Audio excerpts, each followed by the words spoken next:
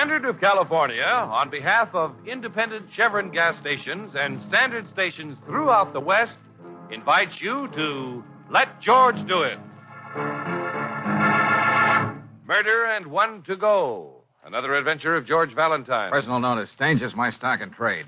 If life's giving you so much punishment you're buckling at the knees, you need my help. George Valentine. Write full details.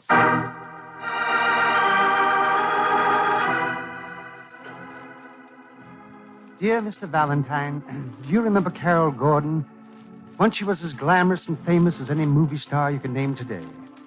Then some 18 years ago, when talkies came in, she faded out of the limelight. Dead? Perhaps. But if she isn't, I must find her. The only clue I have is that someone thinks he saw Carol Gordon about a year ago down on Skid Row. The enclosed check is a retainer.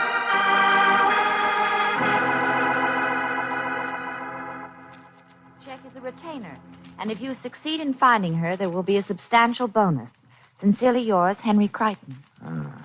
Henry Crichton. Business management and artist representation. Carol Gordon?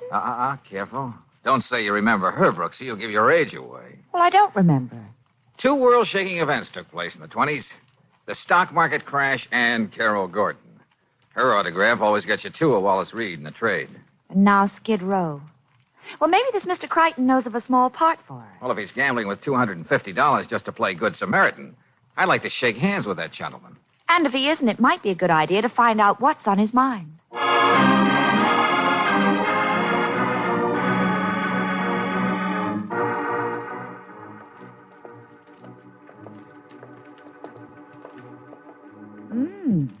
Pretty swank. Currier and Ives prints right out in the hall. The Dorset Building. The Agent's Paradise. The house that 10% broke.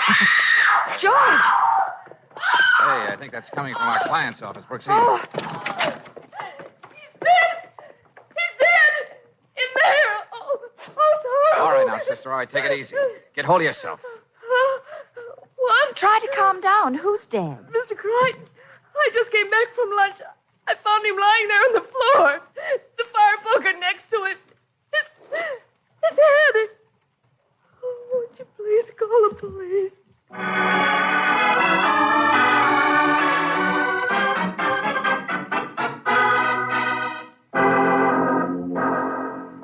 Valentine, I know you were put on this earth to keep me from being bored, to see that I don't fall into a rut. But please, let's keep this murder nice and simple. But take another look at this letter, will you, Lieutenant? You must admit Crichton might have been killed because he was determined to find Carol Gordon. Miss Brooks, I used to be a Carol Gordon fan. Why, it got so Mrs. Riley wouldn't let me go to the movies when her pictures were playing. Why, Lieutenant? But nobody's even thought of that woman in years and years. Crichton dead, Lieutenant. Well, being just a plodding, unimaginative copper, I'm going to have to stick to facts. Namely, Crichton got his head bashed in with a poker from which all the fingerprints were carefully wiped off. Well, that's quite a fact to be stuck with. There was a struggle, and the plug of the electric clock on the desk was pulled out of the wall. Now, that sets the time of the murder at 12:35. And a half a dozen people saw Miss Jackson, Crichton's secretary, in the coffee shop all through the lunch hour. Lieutenant, I understand Crichton had quite an imposing list of clients. Yes, sir, and I'm going to talk to every one of them. No flights so fancy for me, pal. Incidentally, Valentine. Yeah? How are you going to go about tracing Carol Gordon? Obviously, she doesn't want to be found, and she probably doesn't look anything like she used to. And Skid Row is a pretty big place, you know. George, I think the lieutenant is trying to imply that it's going to be like looking for a needle in a haystack. Well, what's so hard about finding a needle in a haystack? Well, that's what What? All you do is get a magnet. The needle comes to you.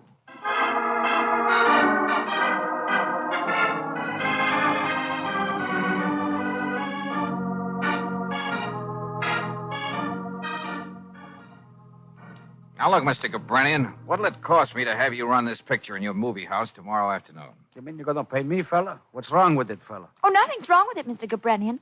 It was a super colossal production back there in 1928. Yeah, Romance in April, starring Carol Gordon. Never heard of her, fella. You in the movie business and never heard In 1928, I was running a coffee pot. I wish I was still running it. Well, anyway, you wouldn't mind showing this picture for $50, would you? There's just one thing we ought to tell you, Mr. Yeah, I knew this was coming, fella. There's no sound, no music in this picture. It's silent. Something new, huh? You don't think for a moment I'd talk you into anything that would damage the reputation of Gabrenian's Cameo Theater, the gem of Skid Row. Are you kidding? I don't even advertise the picture we're playing. I just hang out a sign, soft seats, open all night, 15 cents. Then this ought to be right down your alley. The slumber of your selected clientele won't be disturbed by any noises coming off the screen. Just a little piano music for mood. Yeah, lady, you might got something there. This is a gal who knows all the angles. Yeah. On her, they look good, too. Too bad the Cameo ain't barbecue house like it used to be. You're a real nice filly, lady. Why, thank you, Mr. Gabrenian. I don't know whether to blush or whinny. Huh? What's that? Now, what about it? Does Romance in April play here tomorrow? It plays. Money in advance, fella. No objection to me selling the tickets? You sell, but remember the tickets are numbered. I'll know just how many people go in. Oh, you're a trusting soul, Mr. Gabrenian. You said it.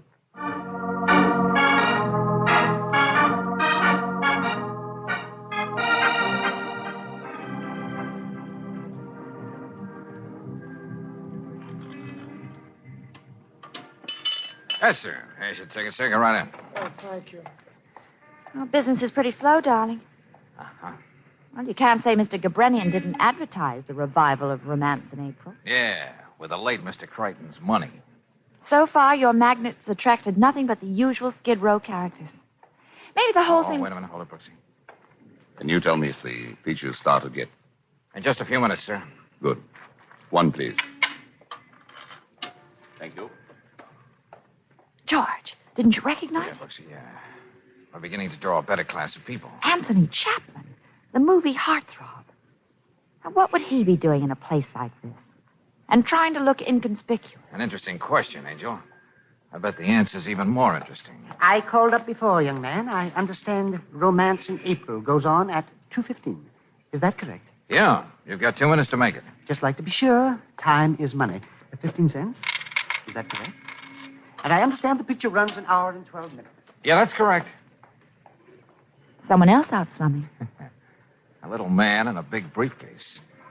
Brooksy, what's your guess? Vice president of a bank? A successful insurance salesman? Or just a lover of the silent cinema. You know, I got a definite feeling we started something here. But what? Hey, Oh, look what we've got now, the George. carriage trade drawing up. Now I'm sure we ought to change prices before 6. You can call for me in about an hour, Ralph. Yes, ma'am. One seat in the loge, please. Loge. I doubt if we can build you one at a moment's notice. What? Oh, well, whatever you've got. Thank you. I'd say that was about $5,000 worth of mink on the hoof. Hey, look, Gabrenian actually opened the door for us. I don't blame the man for being overwhelmed. Looks like all kinds of people don't mind coming to this popcorn cove to see Romance in April. One ticket, please. It's 15 cents, isn't it? Yeah, and you're just in time for the picture. See, 11, 12, 13, 14, 15. Hope you don't mind the pennies. That's all I have. Oh, they add up just the same. They are. I hope you enjoy the picture. Yeah, I'm sure I will. I take it you're a Carol Gordon fan. Yeah. And her severest critic. Did you hear that, Brooksy? That's an Angel, I think. Carol Gordon? Oh, that couldn't be, George. I could be wrong. But there was something about her eyes. But she seems so old and pathetic. Come on, Brooksy. Gabrenian can take over the box office now. We're going inside and make sure.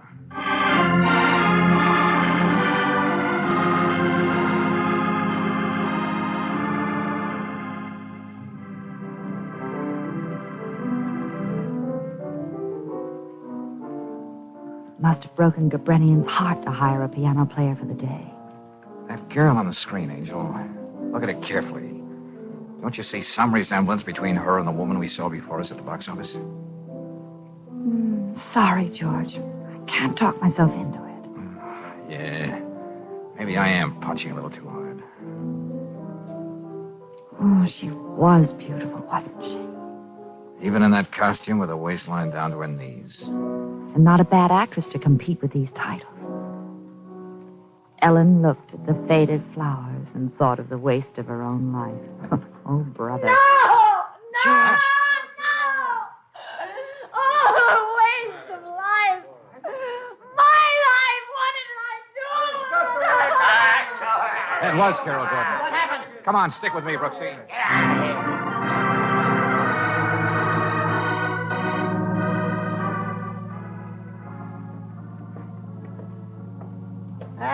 Her room is right down the hall here, folks. Yeah, see, Brooksy? I told you she didn't just vanish. We were about giving up hope, mister. We've been over this block with a fine-tooth comb for the last hour. Can imagine the places you've been in, miss. Now, this here hotel don't rightly belong down in this neighborhood. Why, do you know we change bed sheets and towels twice a week? Yeah, well, bully for you, but what did you say was the name she was using? Ethel Mills. That is, if it's the woman you've been describing. And you know, funny thing. What's that? Huh? Well, about 20 minutes ago, while I was away from the desk, somebody left a bottle of champagne for her. Champagne? Yep. All wrapped up fancy, too. Brought it right up to her. No other hotel around here gives room service like we do. Well, here it is. She's in there all right. I think I know what happened. What do you mean? Well, if Ethel has the bottle around, it don't last long. Well, something might have happened to her. In her frame of mind. Yeah, we better take a look, friend. Yeah, that's right, young fella. Don't want anything bad happening to the reputation of the hotel. Uh-oh. Out like a light. Well, don't just stand there. Where are those towels you're so proud of? All right over there. Hey, Oh. Come on. Try to sit up. I can't. They're hurting. Usually she don't feel like that until the next day. And the bottle's only half empty. Seems somebody left a card with it, too. Let me see that. To Carol Gordon. On the day of her triumphant return to the screen. Wait, this wet towel ought to help her. No time for that, Brooksy. We have to get her to a hospital. But, George, she's Only been poisoned. One sniff of this bottle will tell you that. Poison? Somebody else followed her here from the cameo. Somebody who wants to see Carol Gordon dead.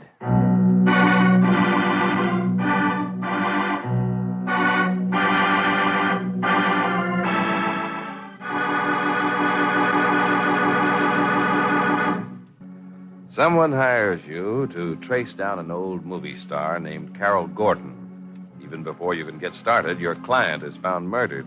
You pick up from there and finally locate the once famous beauty in a cheap Skid Row hotel. The payoff there is that someone's tried to kill her, too.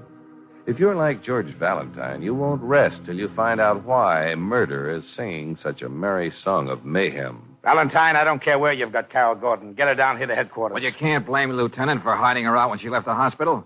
Somebody's out to get her. Now, look, chum boy, I'm not too sure the lady didn't try to poison herself. Yeah, so you've been saying, with bullheaded regularity. Well, you forget the elevator boy in Crichton's building. He recognized Carol Gordon's picture, put her right on the scene of the crime.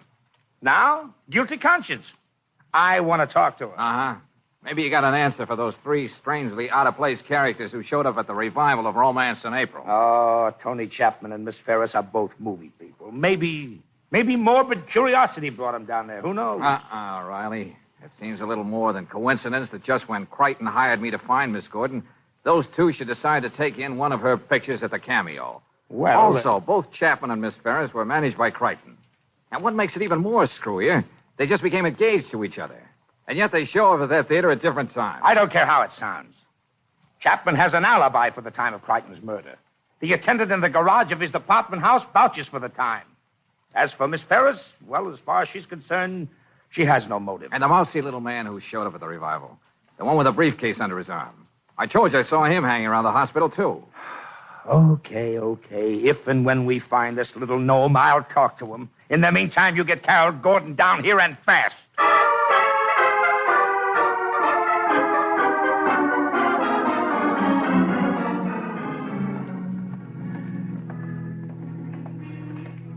Here you are, Miss Gordon. My car is parked right over here. There's really nothing I can tell the lieutenant, Mr. Valentine. Well, you just tell him the truth, Carol. And if he growls at you a little, don't let him upset you. Okay, here we are. The three of us can fit into the front seat. Oh, I know my story sounds a little weak, but I did drop in to see Henry Crichton on a personal matter. Once we were good friends. When I found him like that, I didn't stop to think. I hurried down the stairs and out of the building. Yes, sure, I understand. I don't know if I can turn around here on the hill. I think it's the quickest way back to headquarters. What's the matter? Hey, George! We're rolling down the hill. Somebody's been monkeying around with the brakes. They won't hold. Oh, try to keep it straightened out, George. We're going faster. We're going up on the sidewalk. Hang Look on. out. I'm going to crash. I was too close for comfort. Oh. Everybody all right? What about you, Miss Gordon? I'm just shaken up. Good thing I picked out a wooden fence. What happened? Oh, another drunken driver. Looks like somebody tried to get all three of us this time. Yes, doesn't it? Oh, wait a minute. Huh? What's the matter? You see that Miss Gordon gets to headquarters. I just spotted someone I want to talk to. Okay, George. Hey, let me through here, will you? One side, please. Hey, you come back here. A few questions I want to ask you. No. Let go of me, please. I don't know anything. There's nothing I can tell you. Now, look, Buster, I've been dreaming about you in that briefcase. What makes you pop up all over the place? Well, I've been following you just to see that Miss Gordon was all right, that nothing happened to her. Come on. Who are you? The name is Moody, sir. Walter Moody, you see? Here's my card. Walter Moody, 6th Street Grammar School, principal. I don't get it, friend. I am the oldest and the most faithful member of the Carol Gordon fan club. I venture to say the only member after all these years. Are you kidding? Oh, she was a fine actress. I have a great big shelf just full of scrapbooks. Her pictures, almost every line that was ever written about Miss Gordon. Hey, you know, this is just cockeyed enough to turn out to be useful. I beg your pardon.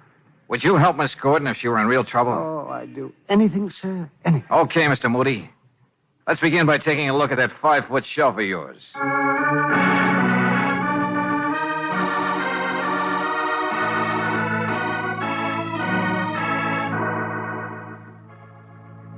You mean Carol actually used to correspond with you, Mr. Moody? Oh, yes. Personally.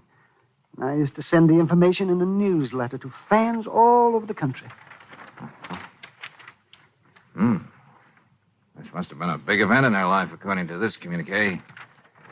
My dearest number one fan, something has happened here today in this beautiful little town that's made me the happiest girl in the world. Soon, I hope to be able to tell you all about it. I've always been curious about that, Mr. Valentine. What did she mean? Eudora, California, December 9th, 1929. You know, Mr. Moody, I may be able to satisfy your curiosity.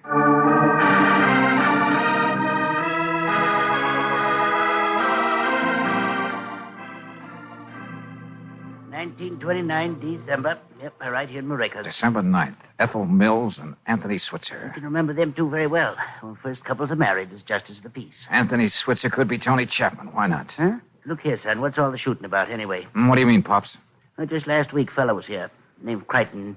He's with a young lady. Long blonde hair. He wanted the same information. I think you've really given me something to wedge with, Pops. Thanks a lot.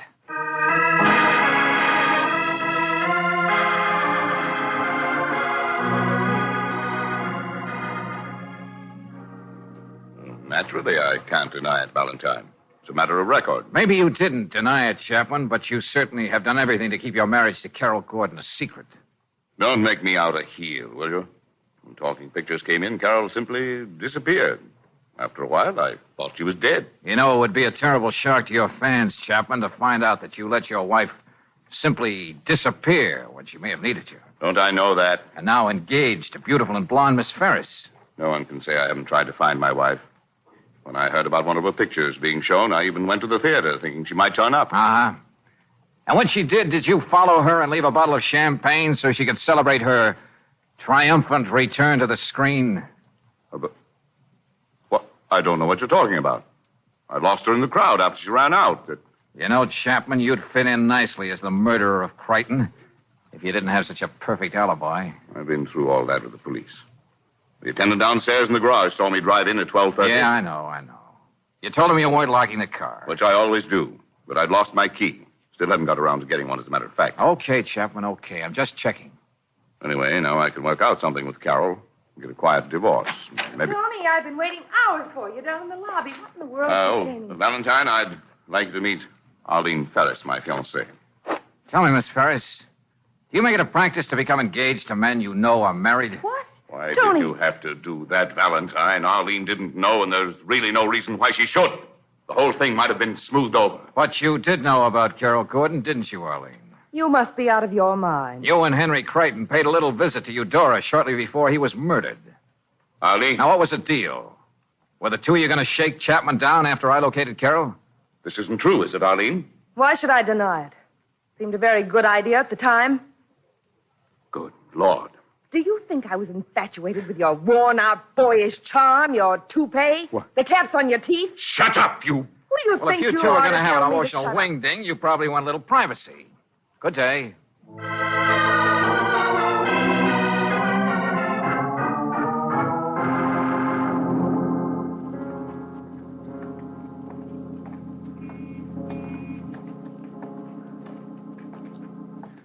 Hey, Lieutenant, we can use this office in back of the garage. Go on in, Miss Gordon. Tell me, Valentine, why a garage? Why didn't you call up and ask me to meet you in a Turkish bath? Oh, please, Lieutenant, the ladies. Ah. Now, what's this all about? Well, I didn't think you'd have any objections to Miss Gordon making a phone call. Oh, for the love of Mike, why couldn't she have done it from my office? It wouldn't have worked that way. Oh, I don't know if I can say the things you told me, Mr. Valentine. I hate Tony. Hated him ever since he didn't lift a finger to help me. When he knew I was desperate. Just do your best, Carol. As an actress, your best is better than you think. I'm sure of it. Okay, here's his number. I'll dial it for you. Well, Yeah. All right. Hello. Tony? This is Carol. Yes, I know this must be a shock to you. But listen, dear. Let me do the talking. Tony, I've been unfair to you all these years. I should have come back and let you have the divorce. It must have been dreadful for you. Couldn't we do that now? Quietly, so that no one need ever know. Then you'll be free. Yes. Meet me in 5 minutes on the corner of State and McGovern. Please, hurry. Goodbye. Oh, you were wonderful. Yeah. That ought to get Mr. Chapman down here in the garage with the speed of light. Light? Why don't you try shedding some once in a while, Valentine? There shall be light, Lieutenant, I hope. Now, you ladies stay here in the office. Come on, Raleigh. Here's Chapman's custom job over here. Well, what do I do? Just stand here and admire it? What the... Come on back here, Lieutenant. We want to see this act without being seen. Why'd you do that? Just a pious hope. And if I'm wrong, Wait a minute. There's Chapman. Back of this car.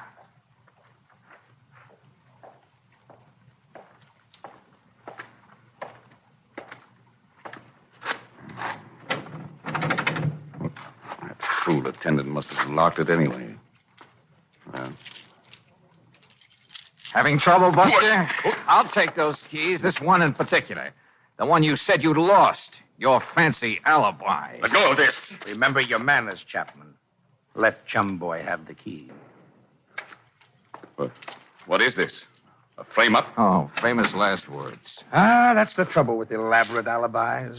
People are so forgetful. Or to say it another way, friend, you just put the finger on yourself.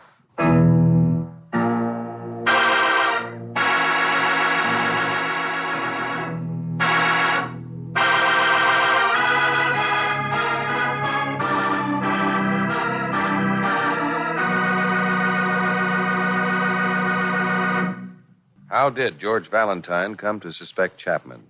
Right at the moment, that's a question that's also troubling Lieutenant Riley. Valentine, if I played hunches like you do, I'd be laughed out of the department. I have to stick to facts. Well, that's the advantage I have, Lieutenant. When a hunch doesn't pay off, there's only Angel here to do the laughing. Oh, I only snicker. How long are you two going to talk shop? For instance, the one hunch about running Carol Gordon's picture brought a lot of other things to the surface. Chapman must have come down to the cameo all ready to follow Carol if she showed up. He and his lethal champagne. Yeah, he also made a scooter out of my car. Yeah, quite a mechanic. Old lover boy even knew how to stop the clock in Crichton's office at the right time to make his alibi stick. George, I still don't know why you hunched Arlene out of the picture. Oh, she had too good a deal with Crichton, blackmailing Chapman to spoil it. Everything would have turned out as planned if Chapman hadn't found out what his business manager was cooking up. Yeah. Oh, well, don't be so depressed, Lieutenant. I'll try to teach George a healthier respect for facts. You shouldn't be bothering your lovely head with facts, Angel. Not with your corner on the market when it comes to figures. Why, darling. Oh, just stating a fact, sweetheart. Oh, you can say the sweetest things, dearest. Well, I've got a great big hunch my stomach can't stand much more of this, so goodbye, kids.